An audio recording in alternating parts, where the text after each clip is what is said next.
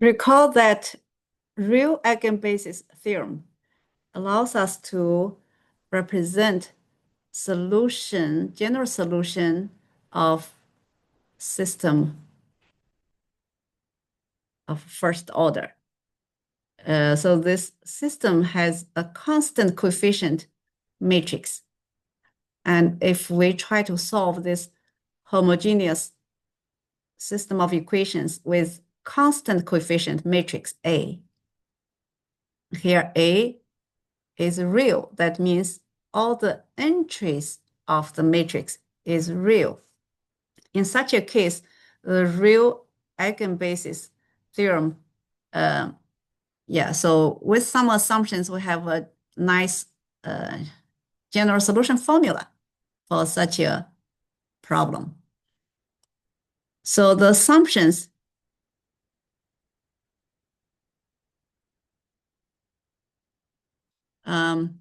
are that we can find for this n by n matrix, right? First of all, we assume A is a square matrix. Okay, it is an n by n matrix and real valued.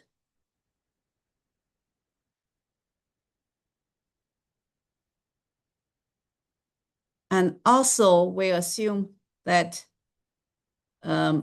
we can find n independent eigenvectors. That means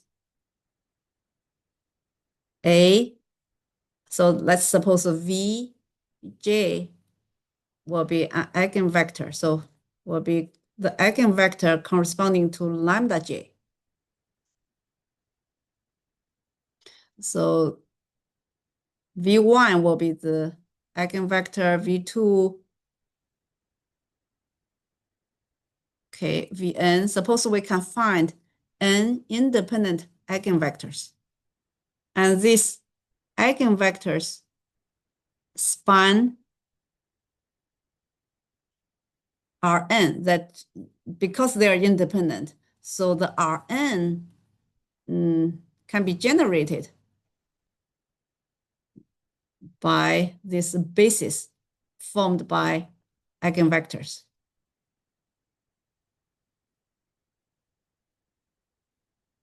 So this assumption is to say that we have a matrix that has n independent eigenvectors that can span Rn.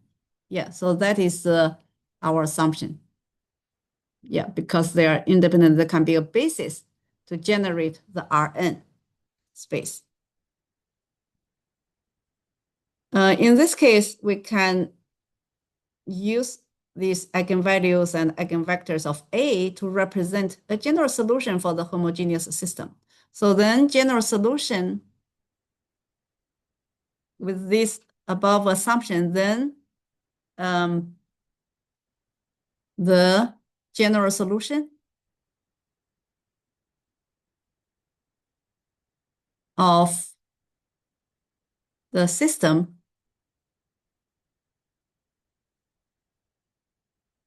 can be represented as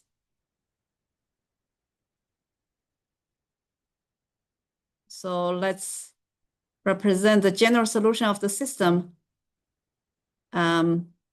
as okay, so let's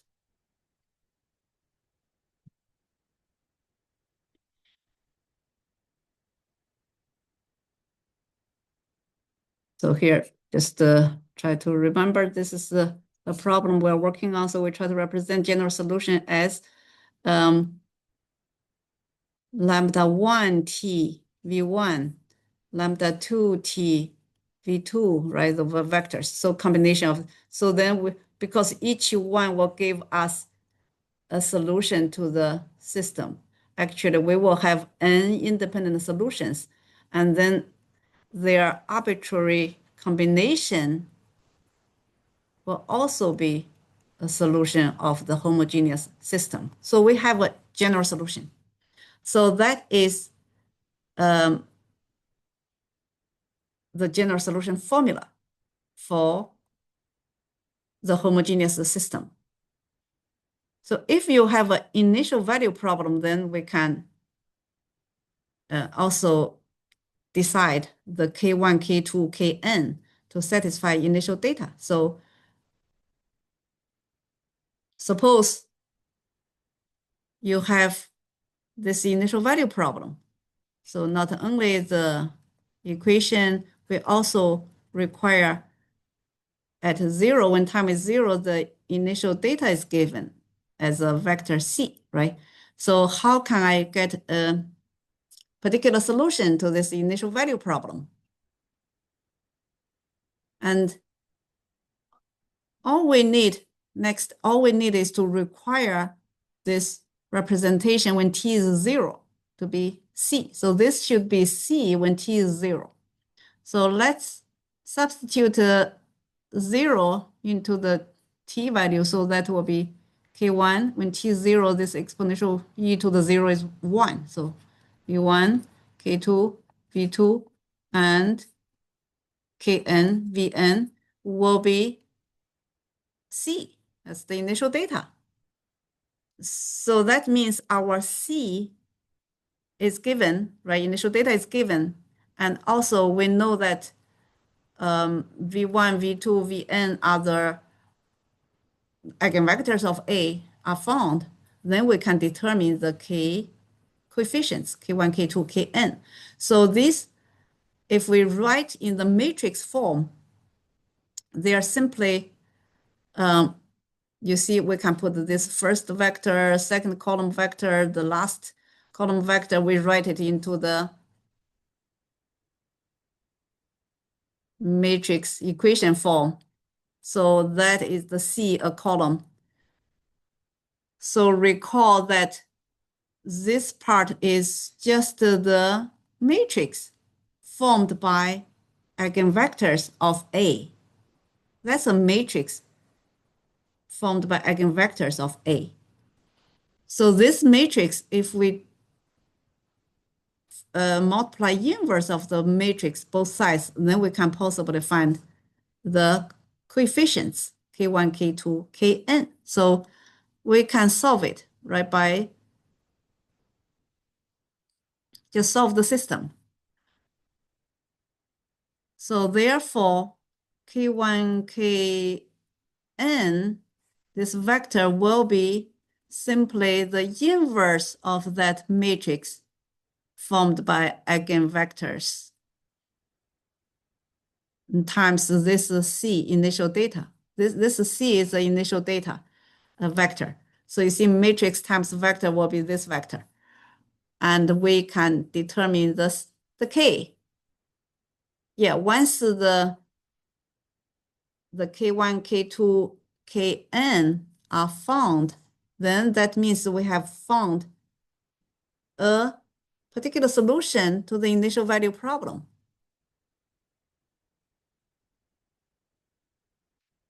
So where do you put them? Once you find them, you just put the values there. Once you have found K1, K2, Kn, then you put it there. That is a particular solution that will satisfy not only the equation, but also the initial data.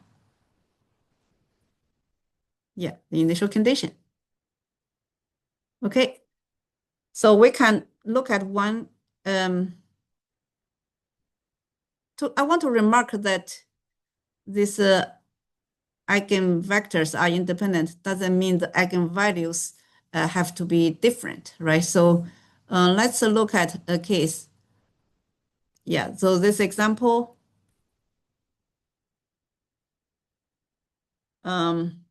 shows such a matrix.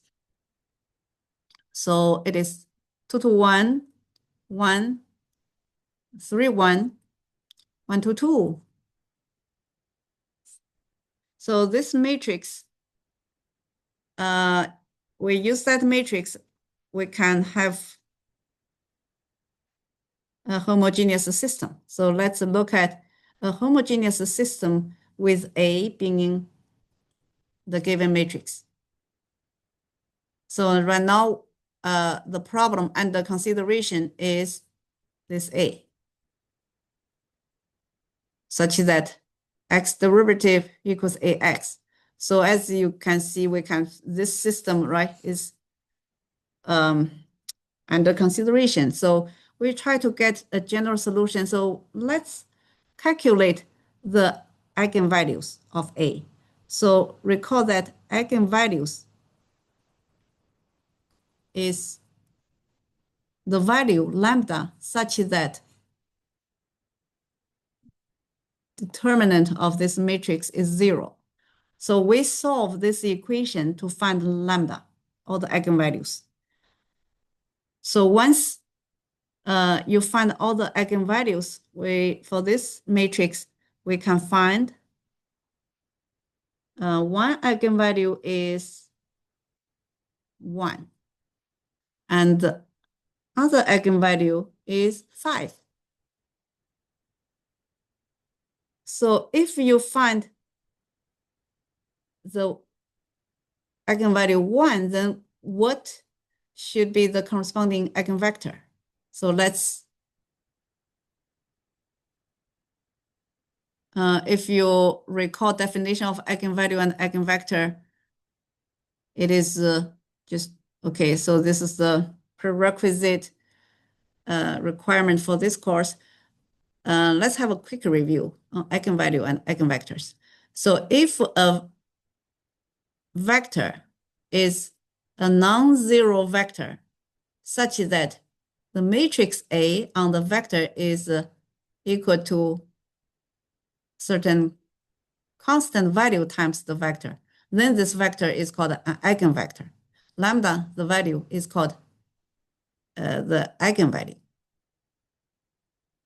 So what it means is that A minus lambda I, right, if I move it to one side, it's a 0 vector. Yeah, so that means eigenvector will satisfy this homogeneous system. Yeah, so if you know the eigenvalue, you just put the eigenvalue lambda into the system. You can solve for the eigenvector corresponding to the eigenvalue. So now realize in order for the system to have a non-trivial solution, right, the coefficient matrix must have a determinant, which is a 0. Otherwise, you have only a trivial solution. So one eigenvector has to be non-trivial solution. So non-zero solution vector. So if in order for that to happen, this matrix A minus lambda I must have a determinant that is 0. Because if it's not 0, then this matrix will be invertible. A minus lambda I will be invertible. Then we have, in that case, only a trivial solution. If it's invertible, the inverse times 0 vector is still 0 vector. You will find only a trivial solution, right? So that's just to tell you why this is the condition for us to find lambda. So yeah, lambda must be such a value so that to make sure this is non-invertible. Okay, so A minus lambda I with the determinant being 0, then we can find lambda. After you find lambda, then you will put each lambda value. For example, once you have a lambda 1, you put a lambda 1 here, right? You will find eigenvectors corresponding to lambda 1. And then if you know the lambda 2, you will put a lambda 2 also here, find all the eigenvectors corresponding to lambda 2. So that's what we can do. Now we move on. Put 1. So when lambda is 1, so A, the given matrix A minus 1 times identity, and solve that system for V. So then the V will be the eigenvector. So we solve the homogeneous system, we get all the eigenvectors corresponding to the eigenvalue 1. So then we can solve, we get two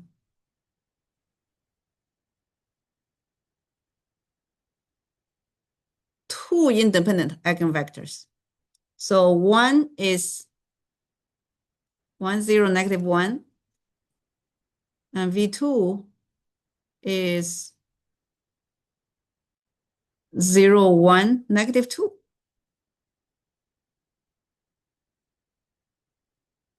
So as you can see, one eigenvalue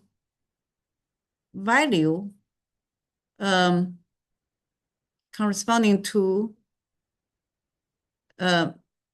more than one independent eigenvector in this problem. So then similarly, if you consider the other eigenvalue, which is 5, right? 5.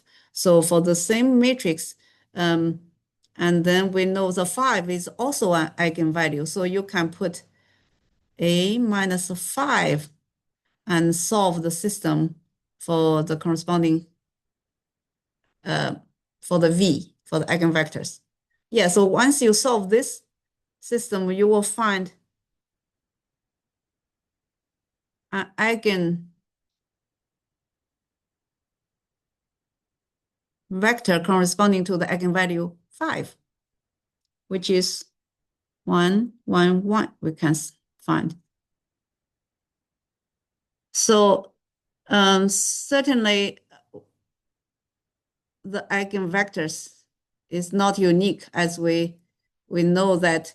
So all the eigenvectors corresponding to 5, the eigenvalue 5, right? So we can write it as all the eigenvectors is denoted by this E5, for example. It is a subspace of R3. So it can be spanned by this vector. That means any multiple of this vector will be still an eigenvector. And also this, all the eigenvectors corresponding to 1, right, will be a set of vectors spanned by these two, V1, V2. So V1, which is 1, 0, negative 1. V2 is 0, 1, negative 2. So that is just some material related to linear algebra to give you a quick review on all the eigenvectors, right, corresponding to a certain eigenvalue, which is 1. All the eigenvectors corresponding to the eigenvalue 5. So yeah, we know there are infinitely many. And then, but what we are doing is just pick two independent ones. So here you see the V1, V2 independent ones, and this is V3. So now we have 3 independent eigenvectors, and 2 of them belong to the same eigenvalue. Yeah, but it doesn't matter. So as long as we can find 3 independent eigenvectors, then we know we can apply the real eigenbasis theorem, which is, so the first one is e to the 1 times t times its corresponding eigenvector, which is 1, 0, negative 1. And then e to the 1 times t, and there's the other eigenvector 0, 1, negative 2. Right? So you can look at, yeah, so what we're trying to do is e to the 1t times this v1 plus e to the 1t times v2. Yeah, so both v1, v2, they belong to the eigenvalue value 1. That's the 1 here, so we don't have to put it. And then there's another 5t, that's the eigenvalue 5. Corresponding eigenvector will be 1, 1, 1. So we just pick one eigenvector, and a general solution is now represented as arbitrary linear combination of these 3 independent solutions. And that's our general solution. So for the system, So here x certainly is a vector valued function. So we just represent our x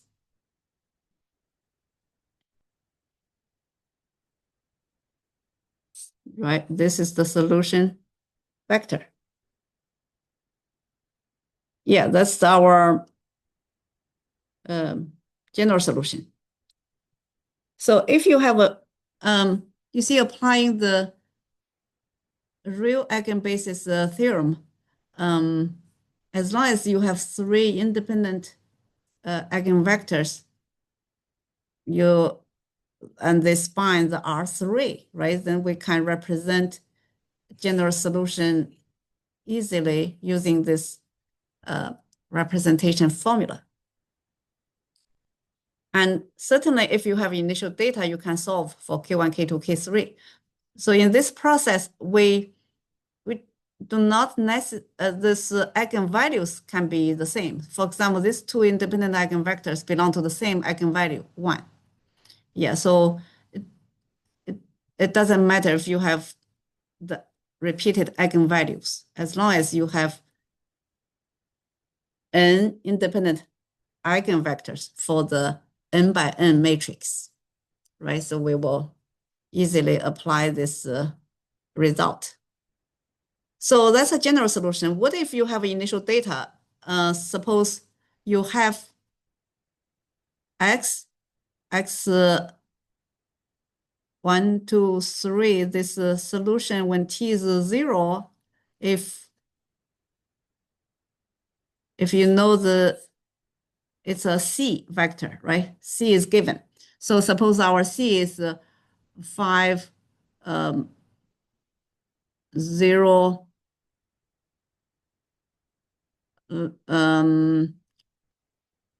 so we have a numbers and a number. I just try to make up a number. So like 5, 8, 2, for example. Then how do I decide a particular solution? So we have a general solution. We want to make the general solution satisfy the initial data. Then all we need is to write to make the general solution satisfy initial data. So which is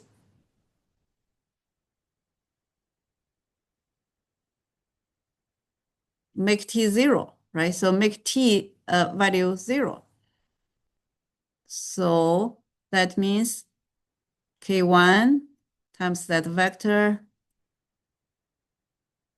k2 times this vector plus k3 times another vector. Because when t is 0, that's 1. So exponential function at e to the 0 is 1. So it's immediately reduced to, and when t is 0, this solution should be equal to 5, 8, 2. Yeah, then you can solve the system for K1, K2, K3. So once you solve the system for K1, K2, K3, if you have found that, then you can put it here and you will get a particular solution for the initial value problem. So now consider any initial data, then you can decide the value of K1, K2, K3. So with that specific initial data, then this is the system you need to solve. So more specifically, the system is just write this linear system. You see, if I write the eigenvectors, it should be equal to 5, 8, 2. So you just solve the system, and then you will be able to determine K1, K2, K3 for the particular solution of the initial value problem I just mentioned. Okay. So that's an example of how we use the real eigenbasis theorem to represent a solution. But of course, it's possible we have complex eigenvalues or eigenvectors. So how do we represent general solution? So we will consider that next.